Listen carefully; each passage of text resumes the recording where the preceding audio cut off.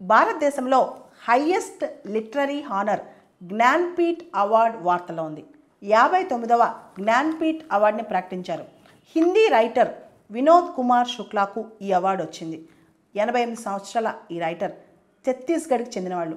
మొట్టమొదటిసారిగా ఛత్తీస్గఢ్కి జ్ఞాన్పీఠ్ అవార్డు రావడం.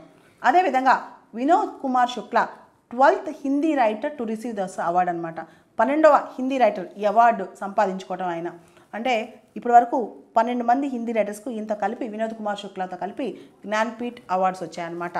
మొత్తంగా మనం చూస్తే జ్ఞాన్పీఠ్ అవార్డులో క్యాష్ అవార్డు 11 లక్షలు, ఒక బ్రాంజ్ స్టాచ్యూ, సరస్వతీదేవి యొక్క బ్రాంజ్ స్టాట్యూ, వాగ్దేవి యొక్క బ్రాంజ్ స్టాట్యూ, మనకు తెలుసు Saraswati is a goddess of learning అని.